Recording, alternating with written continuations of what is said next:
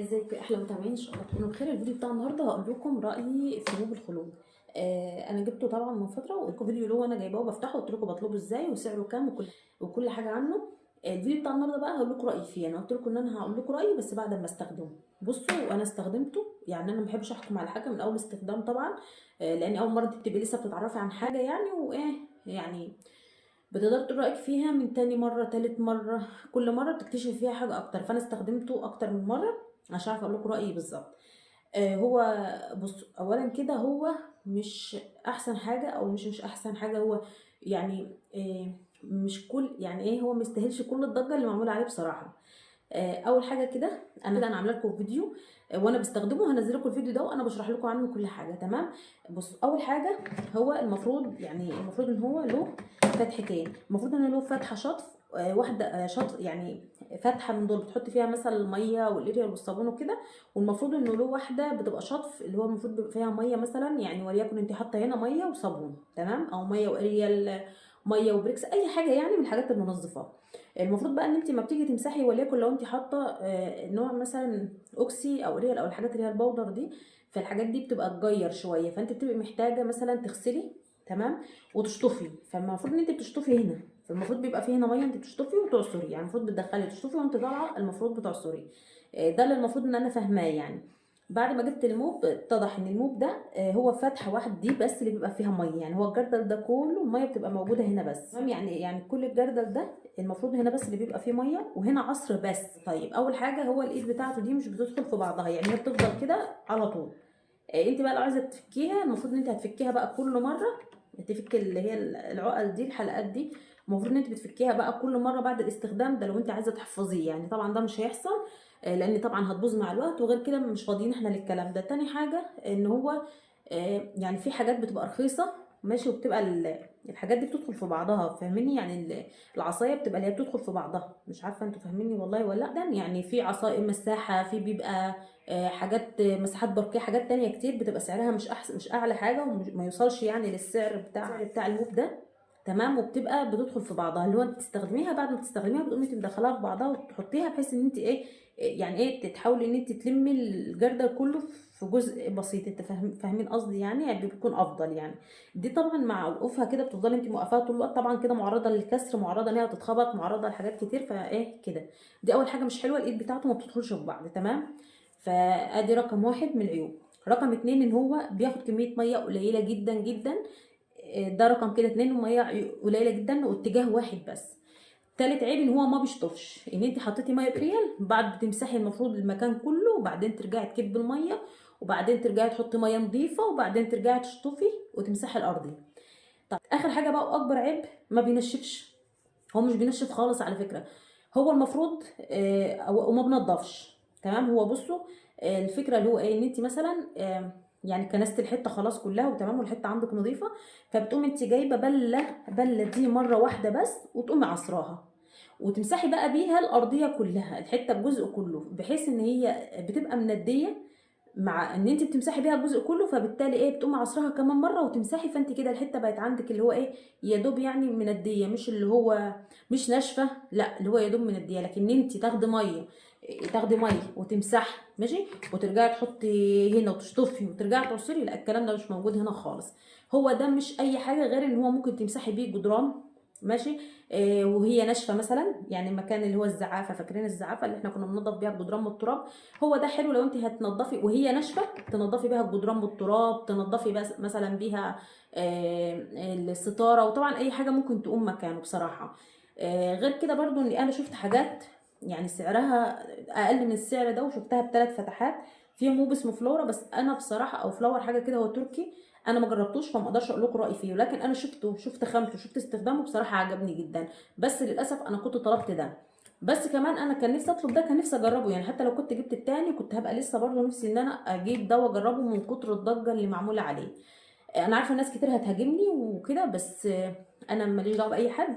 انا ليا دعوه ان انا جربت حاجه، وان انا دافعه فيها مبلغ كبير، وان في غيري كمان مفكر ان الحاجه دي واو هيدفع فيها مبلغ وقدره، يعني في حين ان اصلا ممكن المبلغ ده يجيب له حاجه كويسه تريحه. انا جايبه ده عشان يريحني، هو ما ريحنيش خالص على فكره، الشو عارفين يعني.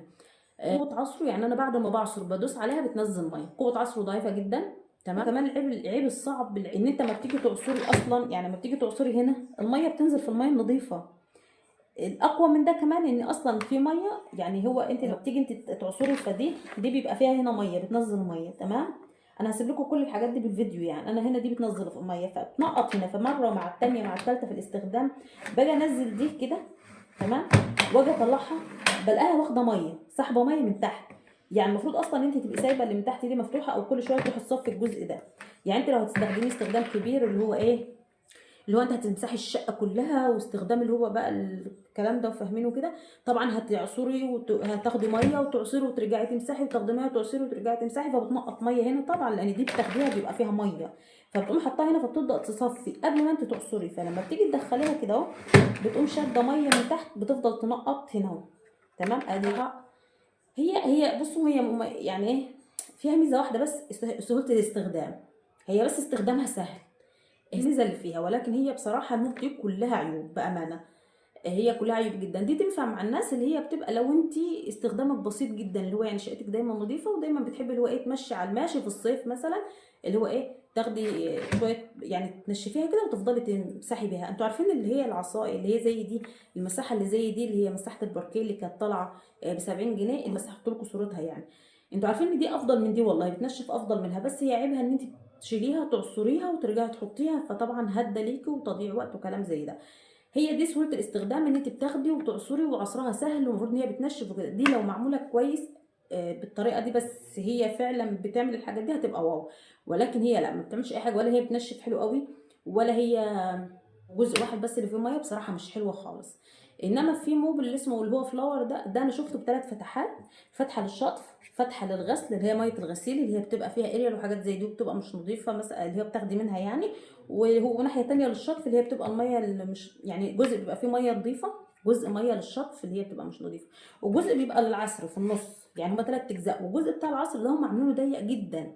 حتى انا مفكراه للشطف بقول هو ضيق قوي، فهو ضيق قوي لان هو بس انت بتعصري، يعني انت بس بتدخلي دي كده وهي بتعصر في مكان تاني، فبالتالي دي انت مش محتاجاها، مش محتاجين احنا جزء العصر يكون نص الموب، يعني هو نص بالظبط اللي انا اعصر فيه عشان يبقى فاضي. لا بصراحه مش احسن حاجه. طالما هو يعني فيه كل العيوب دي، فانا من رايي ان انت تقدري تجيبي اي واحد اي موب من الحاجات اللي طالعه، اللي هي الحاجات ام 500 جنيه، ام 600 جنيه، ام 300 جنيه، لغايه معاكي لغايه 700 جنيه. في حاجات كتير طالعه وناس كتير بتشكر فيها، انا بصراحه ما جربتهاش، ولكن هي فيها عيوب وده كمان في عيوب. هو ده بس الفكره ان هو خد ايه ضجه، ان هو خد مثلا يعني ايه سمعه، وخد واتصرف على اعلاناته شويه يعني، فزي ما انتوا عارفين طبعا احنا ايه بنجري ورا اي حاجه طالعه فبنصدق. لا هو بصراحه لا، مش احسن حاجه. هو هيبقى حلو للناس، في ناس هتطلع تقول هو حلو، هو حلو هو حلو لاستخداماته، ولكن لو انت جايباه كحاجه تريحك كحاجه يوميه وكلام زي ده هو هيريحك، وهيريحك في ايدك، يعني انت ايدك ما تتعبكيش، واللي هو استخدامه سهل زي ما قلت لكم سهل الاستخدام. ولكن ما تستنيش منه ان هو ينظف لك او ينشف لك احسن حاجه. يعني انت هتجيبيه توقعي انه فيه عيوب، ما تجيبوش اللي هو انت واو عشان ما تتصدميش وتتفاجئي. وهل هو يستاهل المبلغ ده؟ بصراحه لا. انا دافعه فيه تقريبا بالشحن 1150 1180 في الحدود دي بالشحن. بصراحه ما يستاهلش المبلغ ده خالص. هو كان ب 500 جنيه، على عيوبه دي يعني كنا هنتغاضى على العيوب شويه يعني، انما هو بصراحه 1000 جنيه او 1100 او 1200 والكلام ده لا لا بصراحه خالص خالص خالص. وغير كده كمان هو مش متوفر اصلا في اي مكان، انت لازم تطلبي شحن من عندهم، تصرفي مصاريف شحن معاكي تقريبا من 120 ل 280 حاجه كده اسعار يعني. كمان فلاور ده انا شفته هو اكيد في عيوب، يعني انا بقول لكم قبل ما تجيبوه هو اكيد في عيوب، انا مجربتوش ولكن برضه هو ده في عيوب. بس شايفه التاني فيه ميزات، ان هو زي ما قلت لكم فيه اكتر من عين، اكتر من فتحه. وغير كده كمان هو يعني ايه، في شفت فيه حاجات كتير بصراحه يعني، والجردل كبير والجردل فيه حاجات حلوه يعني، الجردل نفسه حلو. غير كده كمان موجود في اي مكان، تقدري تروحي تشوفيه وتقدري تقرري انت هتجيبيه او لا. ده كمان لو موجود في اي مكان احنا نشوفه ونقرر نجيبه او لا ماشي، انما هو لا، هو لازم تطلبيه من عندهم. فهو بصراحه رايي انا هو اديله 50% بصراحه، يعني هو له استخداماته في خلال ال 50%. 50% التانية لا هو مش احسن حاجه.